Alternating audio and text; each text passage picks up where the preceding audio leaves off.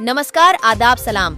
आप देखना शुरू कर दिए है भागलपुर सुपरफास्ट न्यूज। सच का आईना। दूसरे चरण का चुनाव अपने सवाब पर है, जबकि 26 अप्रैल को बिहार में 5 सीटों पर चुनाव होना है।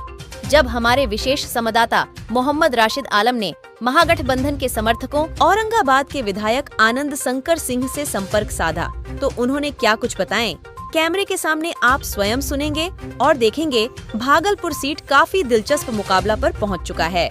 अभी भी जनता चुप्पी शादी हुई है। एक तरफ एनडीए प्रत्याशी, दूसरी तरफ महागठबंधन प्रत्याशी उनके साथ चल रहे थे।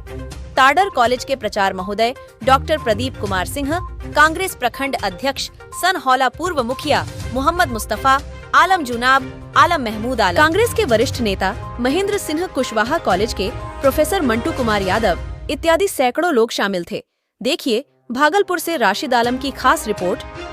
नमस्कार, आदाब। आप देख रहे हैं भागलपुर सुपरफास्ट न्यूज सच का आईना। और ठीक लोकसभा की चुनाव दूसरे चरण का चरम पर है और जिस तरह से कैंपेनिंग कर रहे हैं औरंगाबाद जिला के विधानसभा के सदस्य आनंद शंकर सिंह जी यहाँ पर मौजूद है। मैं उनसे प्रतिक्रिया जानना चाह रहा हूँ कि सर, विपक्षी पार्टी जो कि एनडीए गठबंधन की पार्टी 40 में 40 बोल रहे हैं। पिछले बार उन्होंने 39 सीट जीते थे और किशनगंज मिस हुआ था और आपकी पार्टी जीती। और यहाँ पे जिस तरह से आप लोग कैंपेनिंग कर रहे हैं, भागलपुर जनता वासियों से क्या अपील करना चाह रहे हैं? देखिए, ये चुनाव संविधान बचाने का चुनाव है।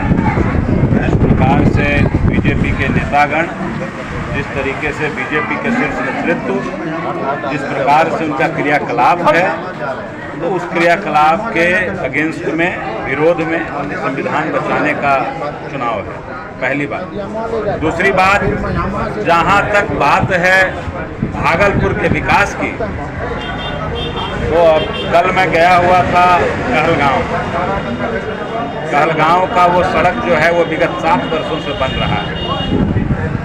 यही है एनडीए का मूल विकास। युवाओं को रोजगार देने की बात की थी मोदी जी ने मंच से। कितने युवाओं को रोजगार मिला, ये तो युवा ही बता सकते हैं। महंगाई को कम करने की बात की थी मोदी जी ने। कितना महंगाई कम हुआ, ये तो मोदी जी ही बताएंगे और आम जनता बताएगी कि कितना महंगाई से त्रस्त है। किसान का दुगना करना था आय, एमएसपी देना था, मिनिमम सपोर्ट प्राइस देना था। क्या मिल गया किसानों को? आय दुगनी हो गई? ये सब तो दुगनी नहीं हुई, उल्टा जो खाद का जो बोरा मिलता था 50 किलो का, वो 45 किलो का हो गया और महंगा कर दिया गया। और किसान को झुनझुना के नाम पे साल में 2000, 3 महीने में, 4 महीने में 2000 रुपया थमा दिया जा रहा है।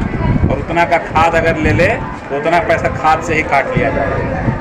तो ये मोदी सरकार केवल हम लोगों को झुनझुना ही पकड़ा सकती है। और इसी शासन सत्ता में मोदी सरकार, मोदी जी खुद बड़े बड़े मंचों से ये ऐलान करते हैं कि 80 करोड़ लोगों को, परिवारों 80 करोड़ लोगों को हम 5 किलो अनाज देंगे। इसका मतलब क्या है? 80 करोड़ लोगों को आपने रोजगार नहीं दिया, 80 करोड़ लोगों को आपने व्यापार करने का अवसर नहीं मुहैया कराया, 80 करोड़ लोगों को आपने फर्नीचर बना, 5 किलो अनाज देकर फर्नीचर बना दिया। तो ये बेरोजगारी कहाँ पर जाके रुकेगी? पकौड़ा तलने को अगर आप व्यापार बनाने लगे तब तो इस देश का विकास हो लिया। माननीय मुख्यमंत्री साहब कह रहे हैं कि हमने तो बहुत विकास किया है, लोगों के बीच काफी काम किए हैं। क्या इनके बारे में इसके संरक्षण में जो यहाँ के अभी वर्तमान सांसद हैं अजय मंडल, खुलेआम रोड पर गाड़ियों से तहसीली करवाते हैं। इसके संरक्षण में सभी भट्ठेदारों से पैसा तहसीलवाते हैं। किसके संरक्षण से? अधिकारियों से उगाही करते हैं। ये आम लोग भी जानते हैं। और किनका संरक्षण प्राप्त है? वो बर्दस्त प्राप्त है, मुख्यमंत्री जी के बर्दस्त प्राप्त अजय मंडल लूट मचा के रखे हैं, भ्रष्टाचार को बढ़ावा दे रहे हैं, शासन तंत्र को चुनौती दे रहे हैं। भागलपुर वासियों से क्या अपील रहेगा आपका? भागलपुर वासियों से यही अपील है, अरसे बाद आपको एक ऐसा प्रत्याशी मिला है जो कि पढ़ा लिखा है, सुयोग्य है, सुसंस्कृत है, अनुशासित है और सब चीज में सक्षम है। अरसे बाद एक ऐसा प्रत्याशी मिला है, उसको भारी मतों से वोट देकर जिताने का काम करें और नकारे व्यक्ति को, जिसका आपराधिक छवि रहा हो, वैसे व्यक्ति को इस शासन सत्ता से हटाने का काम करें। तब जाके भागलपुर का वास्तविक विकास होगा। 7 वर्षों में वो सड़क क्यों खराब है आपको मालूम है?